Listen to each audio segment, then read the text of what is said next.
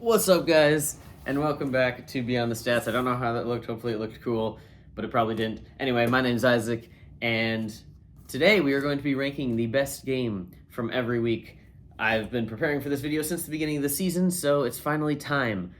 I have ranked the best game from each week 1 to 18, including the wildcard round, divisional round, and conference championship round. I'm not ranking the Super Bowl because I'm saving that for a video that I'm going to do after the Super Bowl where I'm going to rank all 60 Super Bowls. So stay tuned for that.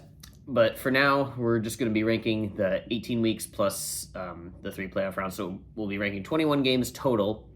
And I will be ranking some games that just so happen to occur in the same week as other games. I did not go in and figure out what's the worst game of the season. I will update you on what I consider to be the worst game of the season in a future video at some point. I'll do that, but I didn't want to count down those games because that would be boring. So let's get started. The worst best game of any week, we have Green Bay versus Dallas, the tie, which I didn't actually write down which weeks they took place in. I just wrote down the games. I believe it was week 4, if I'm remembering right. But yeah, it's the tie game. Y'all know that one. Not much happened. I mean, okay, there was a lot that happened. Honestly, I probably should have put this game a little higher, but the fact that it ended in a tie, just I don't know. It didn't have a winner, so it ended on a very anticlimactic note, and for that, I didn't really enjoy that. And I think the ending of a game is much more important than the beginning. You can go out and score a whole bunch of points at the beginning, but ultimately it doesn't matter if it ends up being a stupid ending. So for that, I'm putting that at number 21, just because I feel like every other week had at least one game that was really cool, had a lot of great moments, and actually ended in one of the teams winning, you know? So, moving on to number 20, we have Dallas versus Carolina. This one I remember ended on a walk-off field goal. We had this game in my area where I was at. I believe it was week 6. Because it was 2 weeks after the Dallas, week 6, something like that. So, yeah, Dallas, Carolina ended on a walk-off field goal from Ryan Fitzgerald. I don't really remember. I know it was Rico Dowdle's breakout game. I remember that much. But yeah, not the most memorable of things. Number 19, we have the NFC Championship game. And honestly, the championship weekend was bound to be a little bit unfair just because there's only 2 games that week, and you had the choice between the Snow Bowl, where Jarrett Stidham did nothing, and the actually good game where the Rams and Seattle faced off for the 3rd time of the year. Unfortunately, it was the worst of the times this year, but don't worry, we will be seeing both of the other 2 times later in this video. So, number 19, that week didn't have a lot of options, but it was able to pass up 2 of them. So there's that. Number 18, we have Atlanta versus Indianapolis. This was the game. This was an overseas game. I don't remember exactly where it took place, but it was one of the last overseas games I remember. It did go into overtime, and I believe Jonathan Taylor walked it off, if I'm not mistaken. I could be. That is a possibility, but I believe that is what happened. I'm just trying to look back. I think it was week 10, if I'm doing my math right. I'm sorry I didn't put the weeks. I probably should have, but yeah. Atlanta, Indianapolis, the overtime game. Yeah. Number 17, this one was a really weird week to rank games because there was a lot of pretty good games, but no true standouts. But I ended up going with Tennessee, Cleveland, which 2 of the worst teams in the league. You wouldn't expect it to be a great game, but it ended very stupidly. I will just say that. I could have picked Bengals Bills, which I think that was a more entertaining matchup, just overall, at least considering the 2 teams. But as far as an actual game, Tennessee Cleveland had just a better ending. It was a stupid ending, so I liked that. And this was week 14, if I'm doing my math right. And I may do my math wrong at some point, but hopefully not. Number 16, I tried to make it unbiased so that even though obviously the NFC Championship game was the NFC Championship, I tried to not bias it off of that and tried to look at if just one game, doesn't matter what the stage is or anything.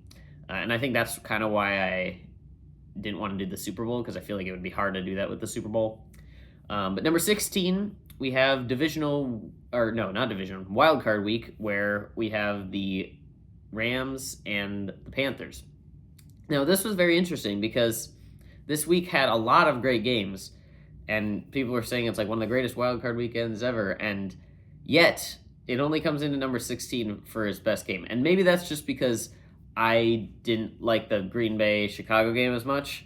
It was a cool comeback, but like I believe I thought the Rams Panthers one was better just because it was a little bit higher scoring.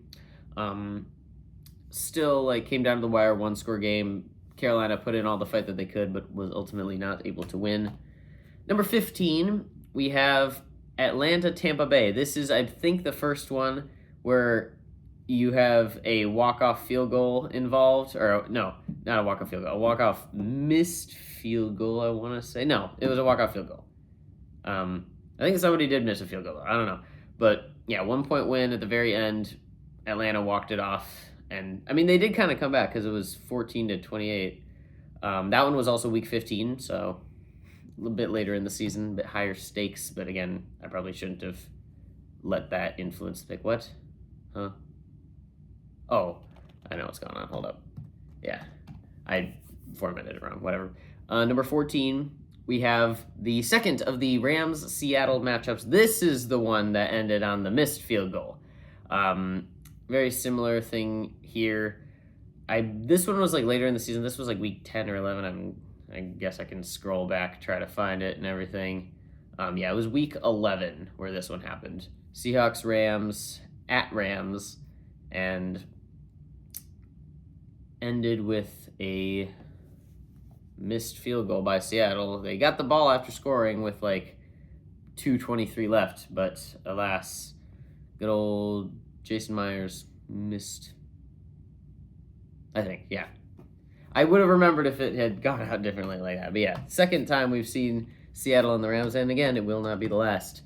Next, number 13, we have Tampa Bay, Seattle. This was like the biggest game, like the most important game back when it was going on, because I think they were both like 5-2 or something, and those were like the best records.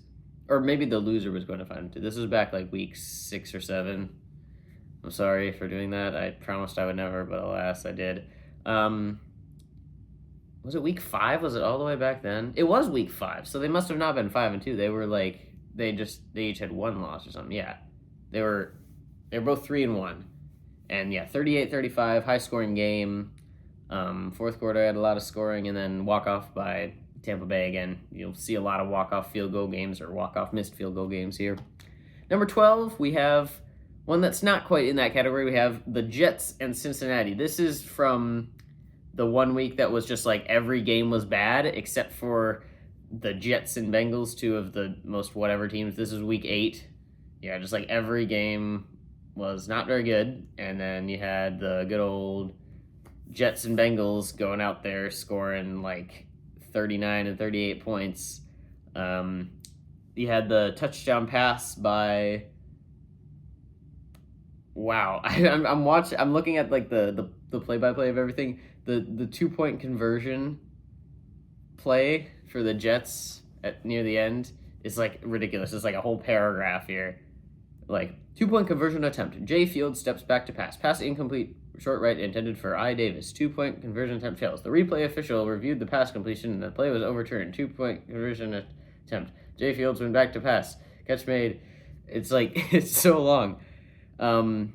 Either way, and then at the very end with the touchdown, with I believe it was Breece Hall. Yeah, Breece Hall passing touchdown. One of the better plays of the season, honestly. Like, that's honestly probably one of my top 10 favorite plays of the season is the Breece Hall passing touchdown, because it was barely a touchdown. Like, he barely was able to get it, but they were, and that caused him to be able to win.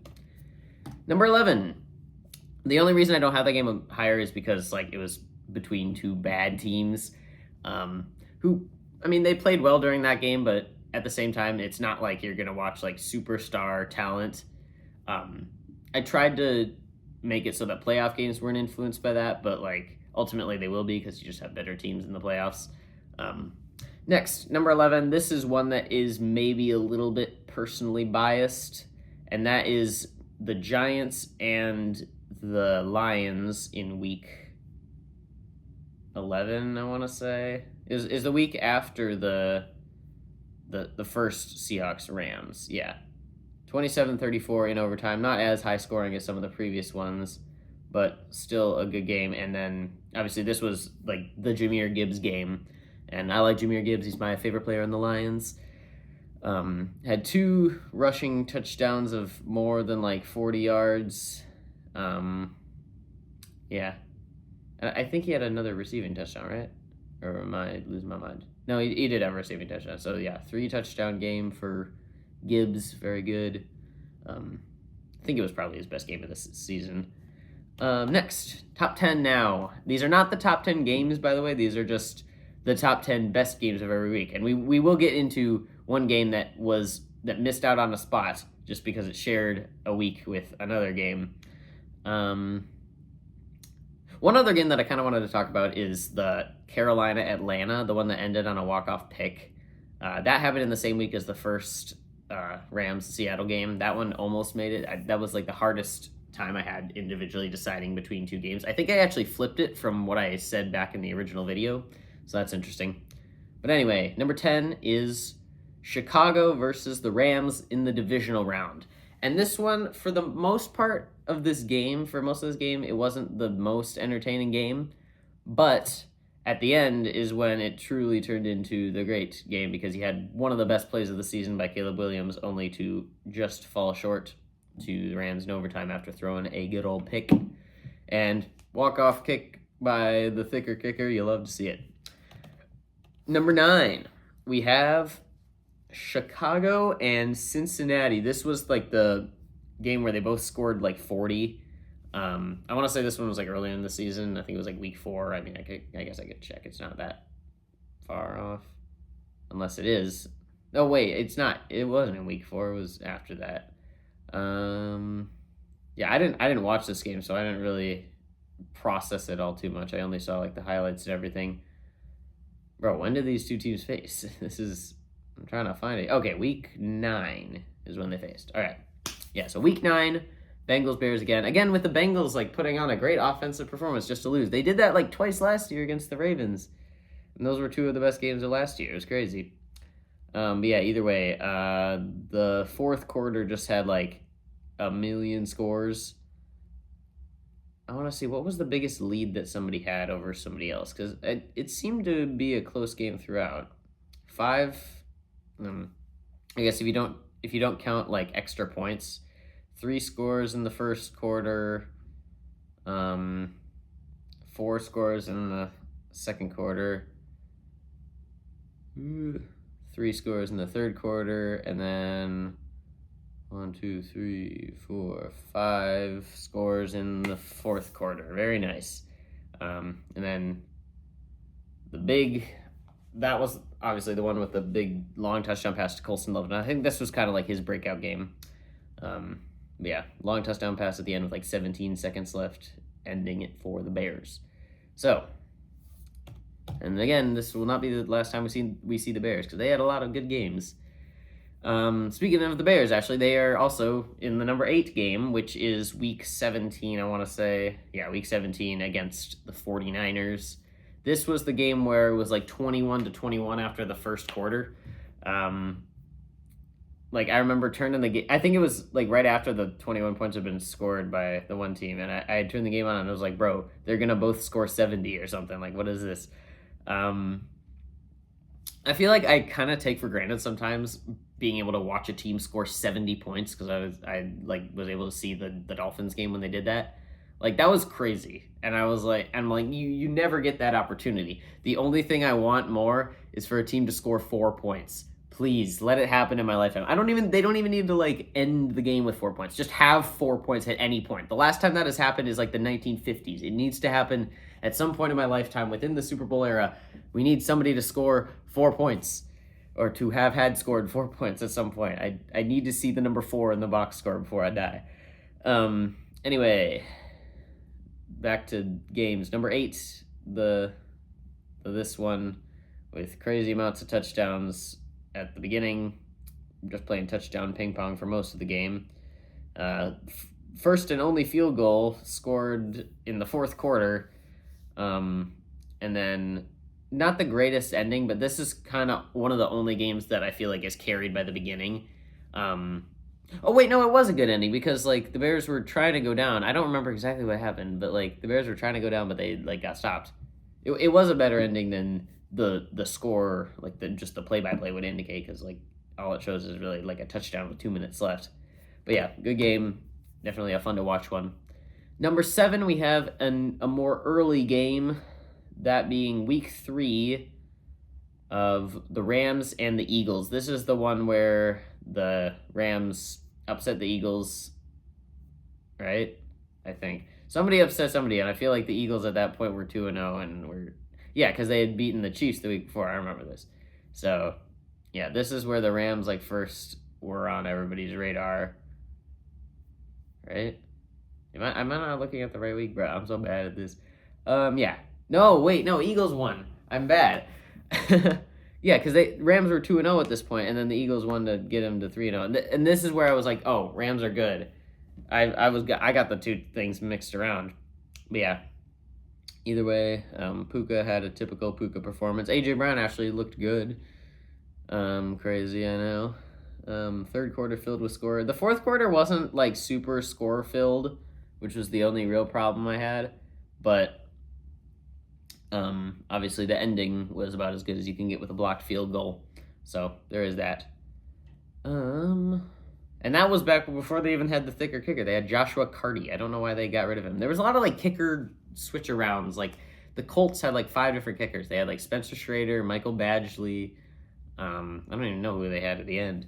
It was like ridiculous. I don't know why all that happened. It was like injuries or something. I mean, I guess the Chiefs kind of did it last year because they had Butker get injured, and then they had to bring in Schrader, and then he got injured, so then they had to bring in Matthew Wright, who barely still scares me. That the one time where he doinked like a 29-yarder or something.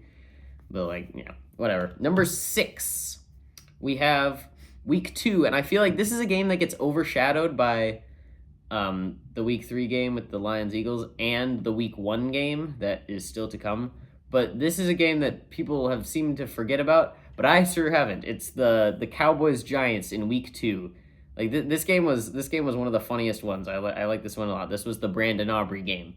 And now I gotta scroll all the way back to it while I think of something else to say about the game. This was before Neighbors got injured, so we still had him doing stuff. I wonder how good he's gonna be next year. I mean, the Giants, honestly, with Harbaugh now, like they've got Jackson Dart, who's a decent quarterback. They've got a decent running back, and they've got a very good receiver. I think they have, at least offensively, they have the makings to do good. And I know their defensive line is solid, like Brian Burns, Abdul Carter, Dexter Lawrence. Like they got some good units. I think as long as they can like have a good secondary, which right now I don't think they do. If they can do that, they can low-key be a playoff team. Either way, yeah, this was when Russell Wilson was like doing good. I think it was like the most passing yards of his career, which is kind of ridiculous. Yeah, dude, Dak Prescott had 52 pass attempts, bruh. That's crazy. Malik Neighbors 167 yards, 2 TDs, very nice. But yeah, first quarter was really light. It was only 6-0. And then halftime was 13-10. It was shaping up to be a normal game. But as I've said, like it's about the ending of the game that makes me like them. Even after the third quarter, it was only 16-17. But then the fourth quarter, oh, buddy. All right, how many scores were there in the fourth quarter? Let's see here. 1, 2, 3, 4, 5, 6, 7 scores in the fourth quarter. That's more even than the super high score in like Bengals-Bears game. This game is not talked about enough. This is a top, like, I mean, obviously not top 5, but this is a top 10 game of the year easy. I think I'd probably rank it at number 8. Because maybe number 7, because I can only really think of one game that wasn't able to be included on this list because of its like happening in the same week. Yeah, this game was great. Brandon Aubrey. Honestly, they should list Brandon Aubrey on like the player stats because he was the MVP. Let's see here. If we go to, bro, what? Are you serious, bro? Are you gonna lock in or not? I love when you click the wrong button, but it doesn't look like it's the wrong button. All right, Brandon Aubrey, 4 for 4, 100% long of 64. Extra points made, 4 for 4, points 16. Let's go. That's about as good of a game as you can get from a kicker. Yeah, I don't know. My computer's lagging. This is weird, but yeah, field goal. Fourth quarter scoring, you got a field goal by Dallas, 14 minutes left. Touchdown, Cam Scatabo, 12 minutes left. Touchdown, Cowboys, 6 minutes left. I forgot Miles Sanders was even on the Cowboys. That's crazy. Touchdown, Giants with 2 minutes left. Touchdown, Cowboys, 52 seconds left. Touchdown, Giants, 25 seconds left. There's Malik Neighbors at it again. And then field goal, Cowboys with zeros on the clock. And the overtime was completely scoreless because we thought it was going to be a tie. Like, we didn't realize that we were going to get another shot at, like, a tie, like, right after that. But no, first overtime went completely scoreless until the zeros on the clock where Brandon Aubrey hit the 46-yarder. And then the kick to even send it to overtime was a 64-yarder. Just peak performance by Brandon Aubrey. Anyway, I'm sad he wasn't as accurate as he was last year. He's my favorite Cowboys player, bro. He's great. Anyway, number 5, we have Baltimore-Pittsburgh. This one, honestly, this is probably one that is a little bit biased. I think as a game, I prefer the previous one, but just I had to account for the gravity of the situation in this case because, like, I saw a meme where it was like, it was a picture of Tyler Loop's kick at the end of the game. This was week 18, by the way. The Tyler Loop's kick at the end of the game, and it was like a graph that was like, on this side of the goalpost, Harbaugh fired. On this side of the goalpost, Harbaugh fired. If it's in the goalpost, Tomlin fired. It was like, I mean, from what we saw after that, true, but like, I still think the Harbaugh firing is a mistake. I mean, don't get me wrong. I think Jesse Minter is going to be a good coach. I think he has what it takes to be a good coach for the Ravens, but I just think, like, Harbaugh is also good. Like, I don't know why you're getting rid of him. He's not, like, they have bigger problems than Harbaugh. I'll say that much. And, like, as a team that, like, honestly, usually I don't like other AFC teams, but, like, the Ravens haven't really done much to me. I like the Ravens. Like, why they gotta do that? Like, Harbaugh was a good, like, I mean, I guess it's kind of good for them to have, a defensive mind now because, like, their defense was definitely their weak point. But then, like, just hire a defensive coordinator or something. I don't know. Was there, hold up, who was their defense? Was Jesse Minter their defense coordinator, or am I losing my mind? I gotta look this up there now. Jesse Minter. Jesse Minter, football coach. Okay, so he was the Chargers defensive coordinator. Okay. I mean, I guess he could have hired him as a defensive coordinator, but, like, I mean, I feel like that would have been better, because then you would have John Harbaugh, and then Jesse Minter as your, like, defensive coordinator. Just a suggestion, whatever. Either way, people will not remember the Isaiah Likely catch, which I have to mention Isaiah Likely, because he is technically my favorite Ravens player, as said at the beginning of the year, but he had an insane catch to even set him up for that field goal, which would have been the play that people remembered if he did not miss it. Like, and it's gonna be even less remembered because people are gonna remember the Caleb Williams throw because people said that they weren't gonna remember it. Because, like, when you say, like, oh, this is such a great play that didn't count, people are gonna think of that for this season. People aren't gonna think of the Isaiah Likely catch. But before the Caleb Williams throw, people would have been talking about the Isaiah Likely catch. But it was great. Lots of touchdown ping pong at the end, or at least scoring ping pong. I don't know what touchdown ping pong. And then, like, obviously there was the double missed kick. You'll love to see the double missed kick. I don't know. I think if you've seen my favorite sports games I've ever watched list, one of the games that I put on there is Pittsburgh and Cincinnati week 1 of, like, 2022, I want to say, which, hands down, it's not, like, the best NFL game, but it might just be my favorite because it was so stupid all the way through. Like, there were so many, like, missed kicks and stupid, like, stuff to bail the Steelers out. It was great. And the Bengals lost. That's always a plus. But, like, it kind of reminded me of this a little bit. Yeah. Nice little, as much of a touchdown ping pong as you can get with 41-year-old geriatric Aaron Rodgers, but yeah, good game. Number 4, we have Another Giants game, surprisingly enough. Giants part of another game where they lost. It was Giants Denver. The comeback of the year, I think, in my opinion. This is the best comeback that we had this year. And again, if my computer would stop lagging, it would be nice so we could get to the game. I know the final score was 33-32 in Broncos' favor. That was the one game where I was like, I guess I should probably put some respect on the Broncos name for that one. Like it was, they were able to get it done in a great game. And you know what? This will actually not be the last time we see the Broncos get it done in a great game. So if I could find it, that would be real great. But I don't remember what week it was in, so we're just going to sit here while I yap until I find it. It was week 7, I believe. Yes, week 7. So let's just go through the scoring summary again. It's going to look really weird. 19-0 Giants at one point. 26-8 Giants at one point. And then, oh geez, the fourth quarter scores might even be more here than in the week 2 game.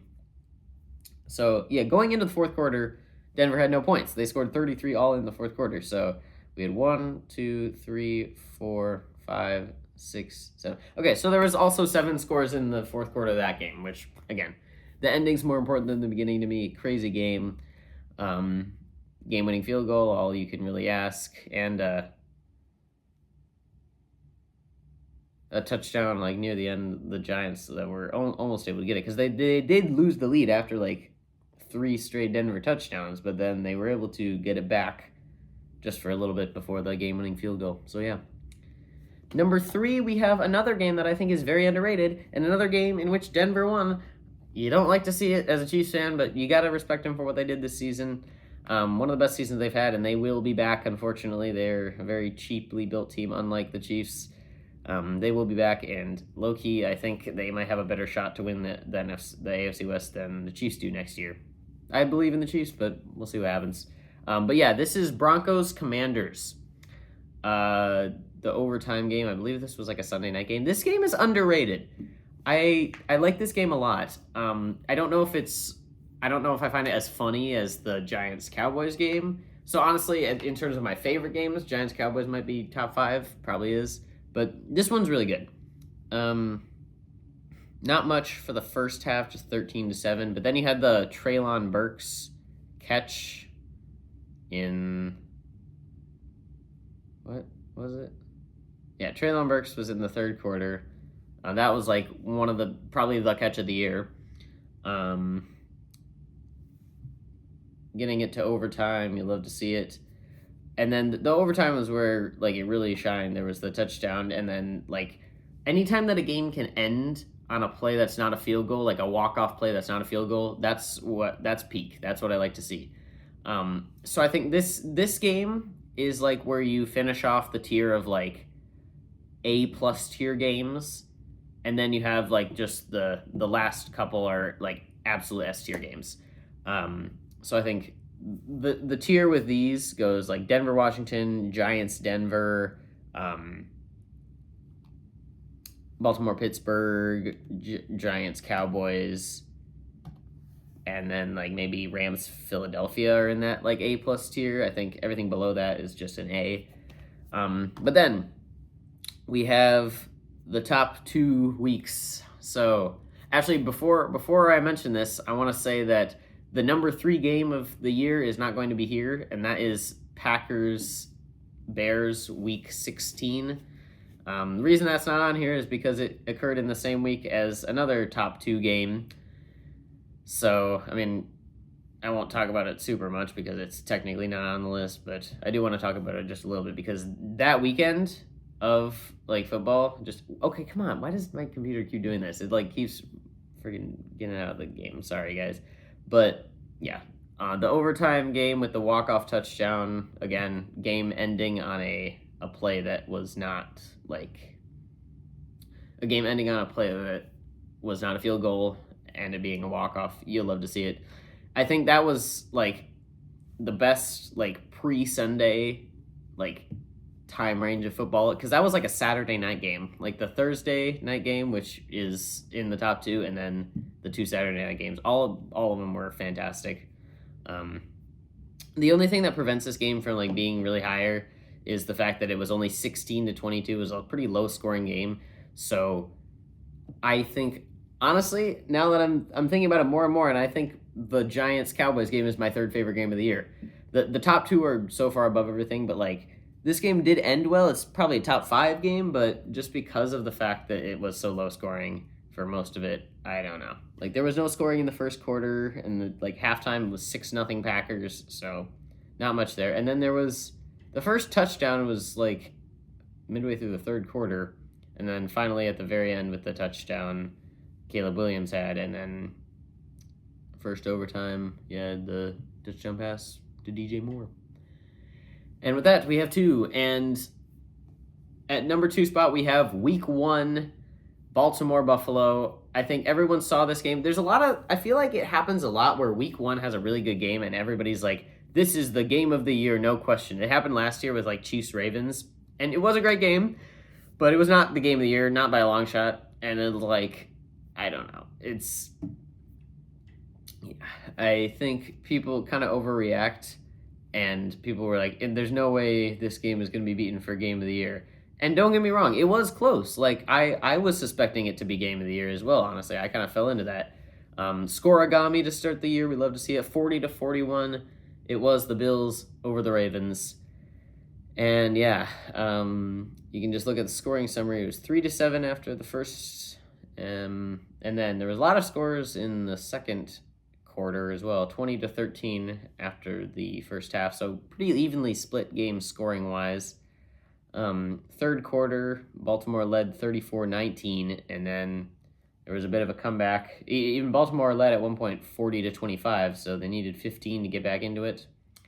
And were able to get it, and they were actually able to get 16 because they were able to get a touchdown with 4 minutes left, and then touchdown with 2 minutes left, and then field goal with 0 seconds left as time expired from Matt Prater, who had just joined the team like the previous day. So, yeah, fantastic game between 2 great teams, but it could not be number 1 because there can only be one matchup of 2 teams that could be number 1.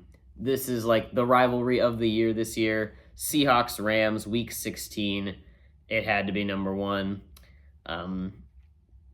Thursday Night Football, it finally did it. It had a true number 1, like, fantastic game. It took them like years to do it, but they did it.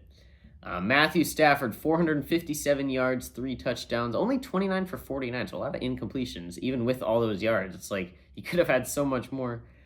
And then Sam Darnold, 270 yards, 2 TDs, 2 interceptions, and yet they still found a way to win. Puka, honestly, this is one of the craziest stat lines that you'll see. Like, Puka, 225 yards and 2 touchdowns. Crazy. I would be very, very surprised if that's not the highest in any single game by a receiver this year. If there is, let me know in the comments, because, like, unless I'm missing something crazy, that's got to be the best.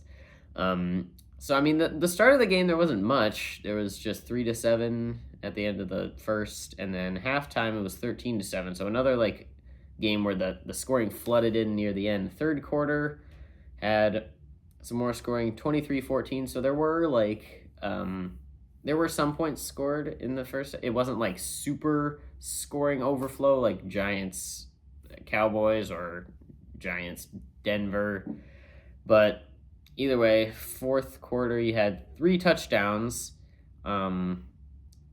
all of which, oh wait, they don't have the extra points marked down in this.